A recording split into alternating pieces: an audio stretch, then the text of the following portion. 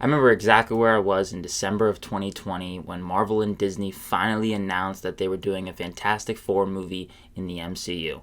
5 years later, is the movie worth the wait? I've been super excited to see how they were going to bring these legendary characters into the MCU, finally giving them what many people were hoping to be a truly genuine adaptation from the comics. We had, to say the least, a couple rough starts. While I actually really do enjoy the first original movie, I know many people really do not like that movie. Its sequel sucked, and then 2015 they tried again with Fantastic Four, or Fan-4-Stick, and it was just awful. I'm very happy to say that I found Fantastic Four First Steps to be super entertaining, an overall great time at the movies, one with high stakes and really a genuine emphasis on the power of family. The first thing I wrote down in my notes very quickly, I was like, I love the aesthetic of the movie.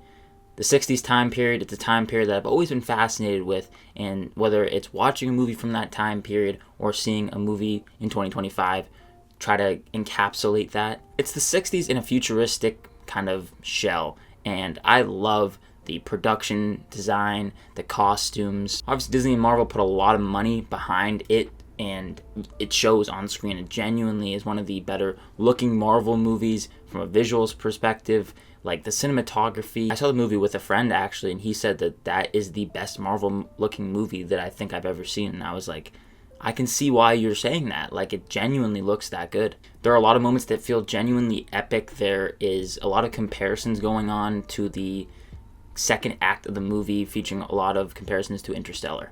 If Shackman really was taking inspiration from that, I can totally see it.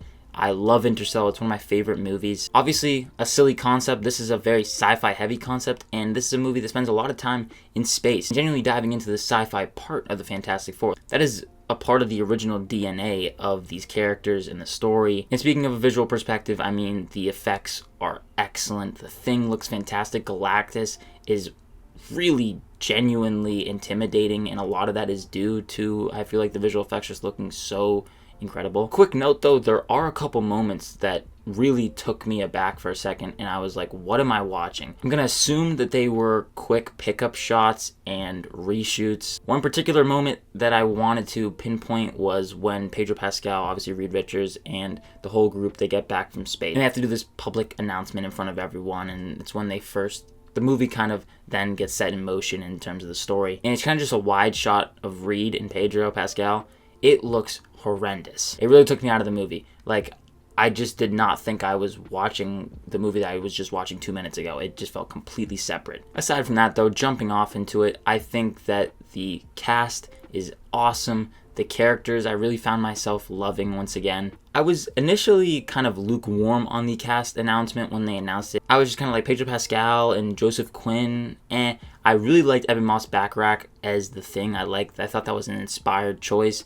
And Vanessa Kirby, I think, is just awesome. She's one of the big fan casts for Sue Storm, and I immediately was on board with it. I thought that she just fit the character really well. But with Pascal and Quinn, I think that they won me over very quickly. I didn't see them as their personalities themselves. I saw them as these genuine characters. And you really buy into them as a family. I think that they're all delivering great performances. Vanessa Kirby has a lot of great moments to shine as Sue, a mother who really is protective of her child, obviously. And like I said, it's a high-stakes story. There is a lot on the line here, and there were moments where I was really convinced that we might even see a core character die. Galactus is obviously threatening to devour their world, and so you feel like the weight of the world is on your shoulders, obviously. I will say I felt Galactus was fairly one note. I wasn't overly compelled by him in the writing. I think that he's just an intimidating threat because he is just so big in size, and you really feel like he can just devour the world. He is the devourer of worlds. Silver Surfer was the opposite though. I thought they did a really nice job fleshing out that character. Just a couple little moments here to really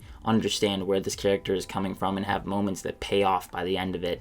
Julia Garner as Shala Ball, really great stuff. Also, something that I don't want to just completely keep saying with every new MCU project, but this really does feel like separate from the rest of the universe. It feels unique and it feels fresh, a breath of fresh air. Obviously, when we can have stories that are tie-ins to a bunch of big moments, and you see characters meeting each other and interacting like the Avengers. Those movies can obviously be great. We've seen some key examples, but at the same time, you do want sometimes a story that is kind of just a side quest, if you will, in the sense of it doesn't have crazy implications for the rest of the universe. It's just a contained story. While there's a lot on the line in this story, in this universe, it's obviously a separate Earth, a separate universe, and it was just really nice to see that with this movie. And that aesthetic and the world that it's in, it feels perfect for this kind of contained story. The score was great. Michael Giacchino, the Fantastic Four theme that people have been eagerly anticipating and seeing in the movie, like, it has been kind of just hummed for a long time now, and it just sounds great.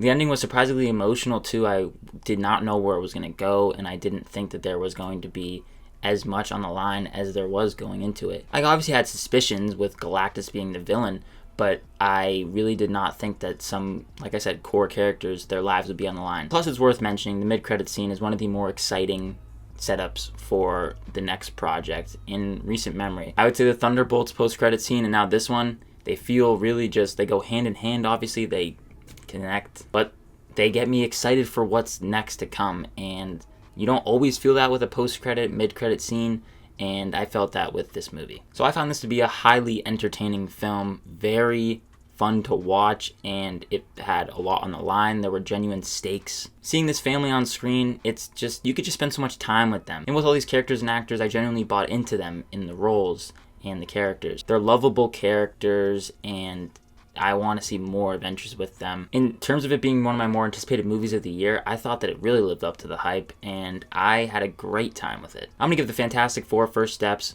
a B+, and I would recommend seeing this one in a theater. I kind of regret not seeing this movie in IMAX. I think that the visuals, they would have probably looked, I'm not saying it. All jokes aside, thank you so much for watching this video. If you did enjoy it, be sure to hit that like button and subscribe to the channel if you haven't already. And be sure to leave your thoughts on the Fantastic Four First Steps down below in the comments. Let me know what you thought of the movie. As always, look forward to more content coming soon. My name is Ben, people call me Meter, and I'll see you guys in the next one.